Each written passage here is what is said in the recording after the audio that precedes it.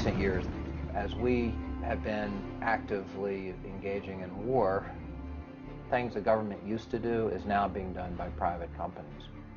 Food, laundry, and housing were services provided within the military. Now we're in Iraq, you still need a lot of support mechanisms, and there's just not enough military infrastructure to do this. Private contractors come in and they fill the gap. Well, I saw contractors in Iraq doing anywhere from helping fix tanks, helicopter mechanics, pretty much any job that's in the military, there's a civilian contractor right there. There are over 100,000 private contractors working in Iraq, Kuwait, and the surrounding area.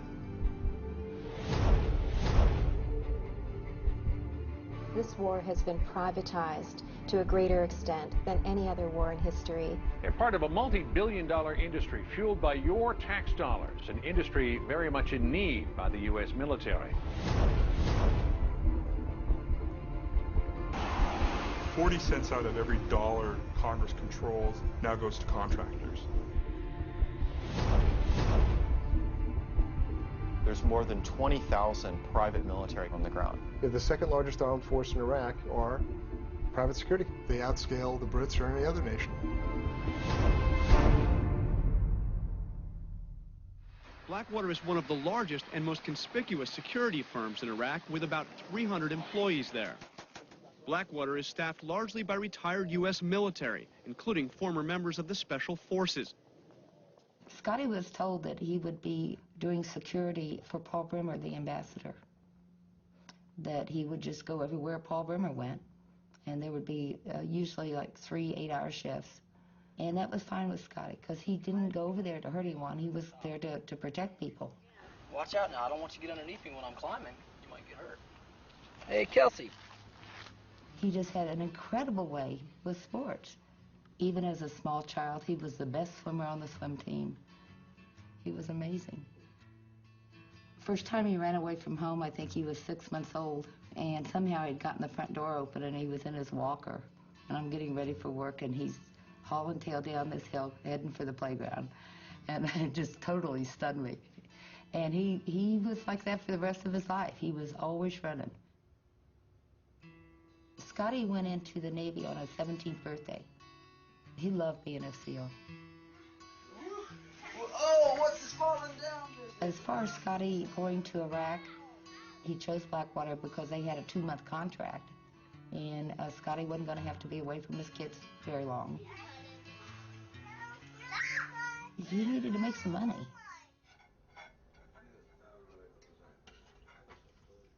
My son called me and he told me that he was going to Kuwait with Paul Bremer, the ambassador in Iraq. I still have little soldiers in a shoebox that he used to play with. Those were his favorite toys. Love boys. What? This is Jerry this time. That's my favorite picture for, I'm talking, that's... And Jerry always carried it with him, always. Wherever Jerry went, he had that picture with him. That was my Jerry. Then came my Tommy, then my niece Anita, then my nephew Yuri. Yes, everything's my Lydia. Tommy and my Jerry. I love that. Well, he was, you know, he was the firstborn. Everything I knew about kids I learned with him, you know, and for him. The news came on the radio, and it said that there was an incident in Fallujah. Breaking news story tonight. The 4 American civilians were ambushed and killed in Fallujah, and they're believed to be from a local company called Blackwater Security Counseling. There are 4 families in this world today that are going to get knocks on the doors, and you don't want to be on either side of that door when that happens, either hearing the news or delivering the news. Reality didn't check in. I didn't want to believe it. I still don't want to believe it, but the fact is he's not walking the earth. I need to pray for his soul. I miss him. I was so angry. I was so unbelievably angry, and I didn't even know what had happened. But I was just angry that my son had died. The people that did this horrible thing, these Iraqi insurgents, or maybe they were just kids on the street, They were taught hatred for anyone that didn't represent what they had been taught to believe in.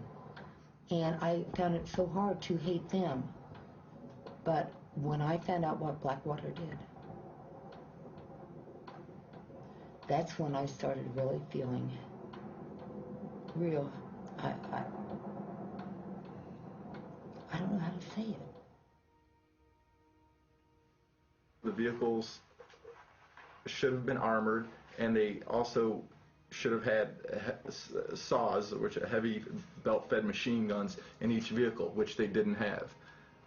There were supposed to be 3 individuals in each car. They pulled off 2 guys to do, from what I was told, clerical work. So they sent them out short 2 men. Their contracts list that they were to know where they're going, and they were to know people that they're working with. And have been there before. And have been there before. So they... If they had had an armored vehicle, if they had had the rear gunman, he was the one that was going to protect them. My son is not walking there because people that he trusted and worked for did not care about him. It was the mighty dollar. That's all that they cared about. They knowingly skimped on the mission. They cut corners left and right. Shameful country, shameful Blackwater, shameful rule, Blackwater. What happened to them while they were with this company, not the American military, this company, had responsibilities that they didn't live up to. And our family members died because of that.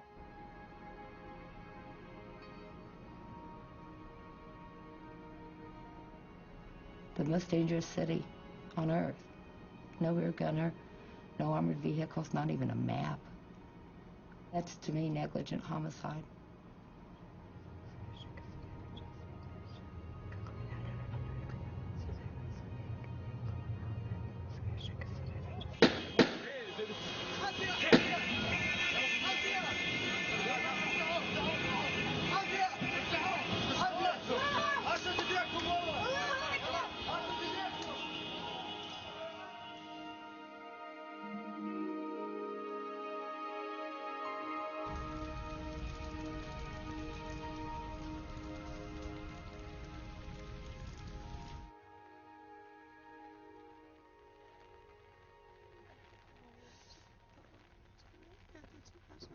They were just numbers for them. Just people who they can bill for.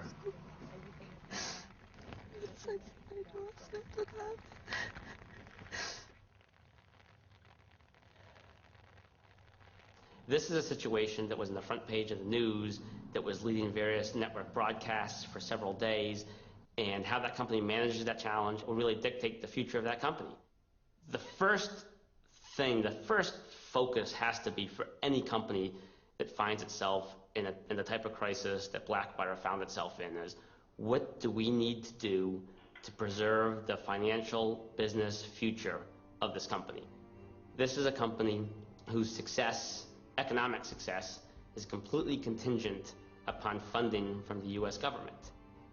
Within the first 24 hours, Blackwater hired a D.C. lobbying firm called Alexander Strategies Group.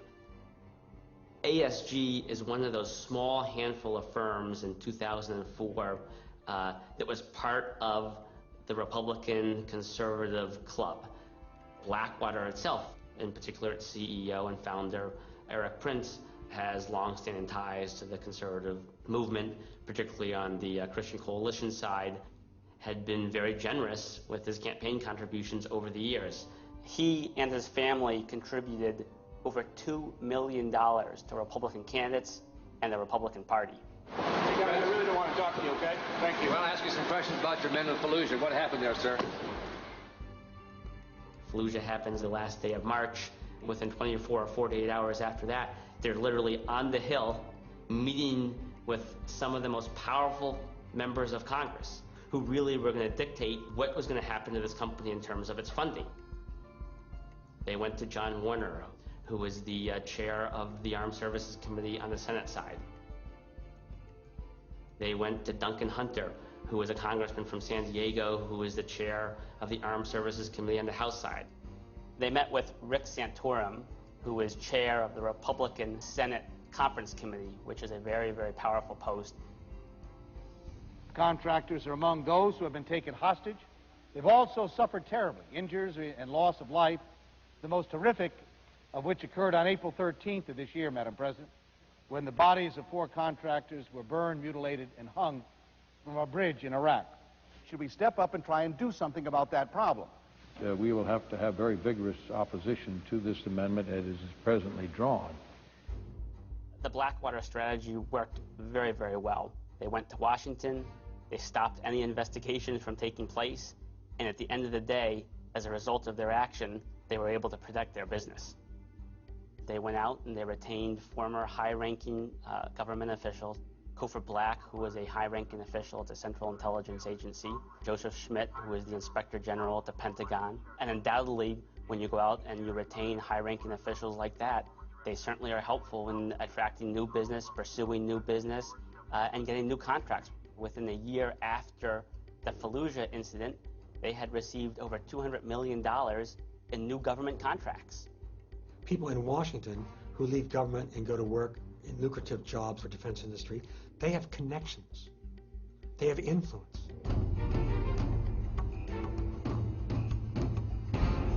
Business boomed. They've just built a brand new headquarters. That's a big expansion. It's a rather big expansion, but it's needed. Certainly we've left room for growth. Right, 8,000 square feet in the original building, 64,000 square feet here. The company says it can assemble hundreds of battle-ready men, a small private army at a moment's notice. Teams of Blackwater independent contractors are deployed around the world.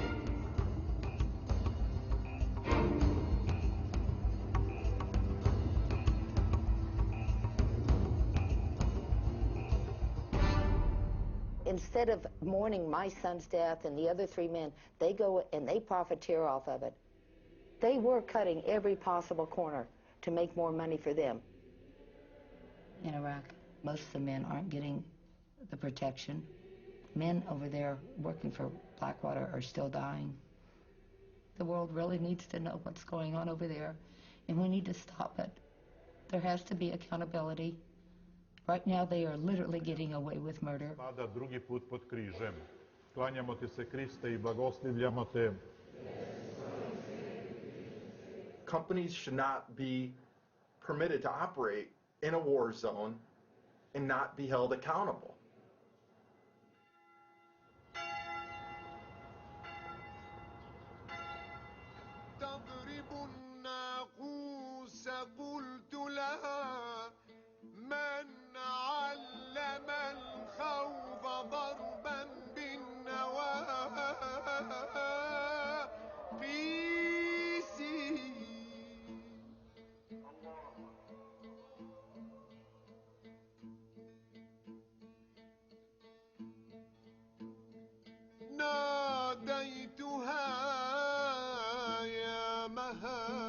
I was reading the Bible in Greek and Hebrew and studying those languages, and Hebrew sort of led naturally into Arabic. I was also interested in student loan repayment. I owed, upwards of $40,000 in student loans, which the Army promised to repay. The option available to me was to get a secret clearance and become an interrogator, and I agreed that this was pre-9/11.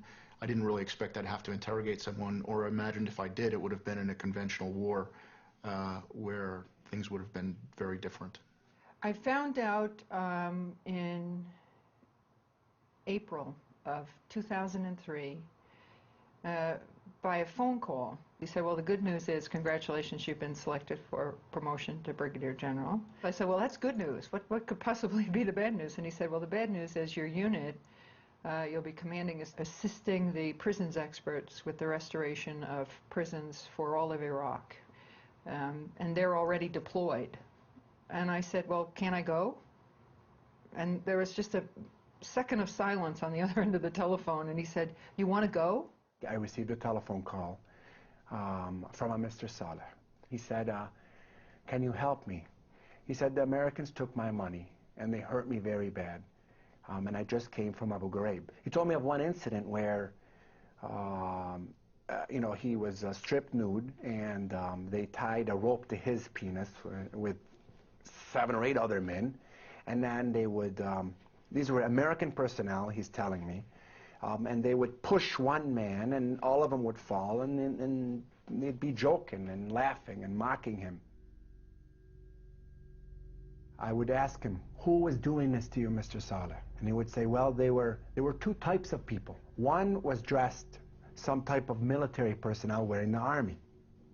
And then the other type would be in civilian clothing. I go, what do you mean civilian clothing? He goes, like normal pants, like any normal pants and a normal shirt. So that's the first time when it struck me that there's another element being involved here in Abu Ghraib, another type of person there. كان يوم أحد. يوم الاثنين كانت حالة من الفوضى ومن الإجراءات الأمنية الشديدة. يوم الثلاثاء اللي هو يوم اعتقالي ذهبت إلى عملي، مو عملي أنا يعني كنا في موقع عمل في منطقة الحصوة، فأني أعمل في مجال الكهرباء. تم نقلي إلى سجن أبو غريب في بداية عام 2004 باليوم الأول من الشهر الأول لعام 2004. كان أكو شخص مدني واقف بيتأمر، يعني ياخذون أوامرهم من عنده اللي هم الشركات الأمنية. أدخلوني إلى الزنزانة، كبلوني، وتم خلع ملابسي بالقوة. يعني أسلوب من أساليبهم أنه القبض التناسلي للرجل يلفون عليه حبل ويجروه هيك مثل عملية الخنق. شنو الغاية من عندها؟ شنو هاي الأبرة تضربون إياها اللي أنا هسه حاليا حتى أطفال مدى يصيرون عندي؟ شنو الداعي لأنه جيش يستعين بشركات أمنية مدنية للتحقيق مع معتقلين؟ بس أنا أقول لك هاي شركتين مؤكدة، شركة تايتن وشركة CI. When I saw the photographs for the first time, and I said to the commander of the Criminal Investigation Division who was showing them to me, I said, why are the translators around the prisoners? Why are the translators in the cell block? And he said, ma'am, those aren't translators, those are khaki interrogators. Khaki was hired by the Department of Interior out of a little town in Arizona called Sierra Vista, and they were hired to do database work. And that contract, which was sort of a blanket contract that allowed them to do a whole bunch of different things, was used to do interrogation in Abu Ghraib. So what ostensibly was a contract to do clerical work or IT work turned out to be getting information not from a computer but from human beings in a notorious prison in Iraq. At the time of the scandals in the spring of 2004, roughly 50% of the interrogators were private contractors. This amendment, Madam President, attempts to address what I believe is a very legitimate and serious concern that have come to light in recent days with respect to the use of, or misuse of, contractors in the treatment of detainees in Iraq. Quite simply, Madam President, this amendment would prohibit the use of contractors in interrogations of prisoners and in offensive military operations. It just seems to me abundantly clear that we cannot hire private contractors to perform a function as inherently governmental, inherently sensitive, indeed inherently explosive, and for which there must be accountability, as is the interrogation of prisoners. Corporations exist to make a profit, and when they're hired to do jobs, whether it's the provision of water or the interrogation of prisoners, their job is to get as much work as possible and make as much profit as possible. Now that doesn't work in the field of intelligence, period. You do not put personnel who do not have allegiance and 100% loyalty to America, you do not put them in sensitive key government activities like military intelligence gathering. It creates a conflict too, because we were uncertain, we knew what our chain of command was. That was very clear, and we were forced to memorize it and follow it. But what's the khaki chain of command?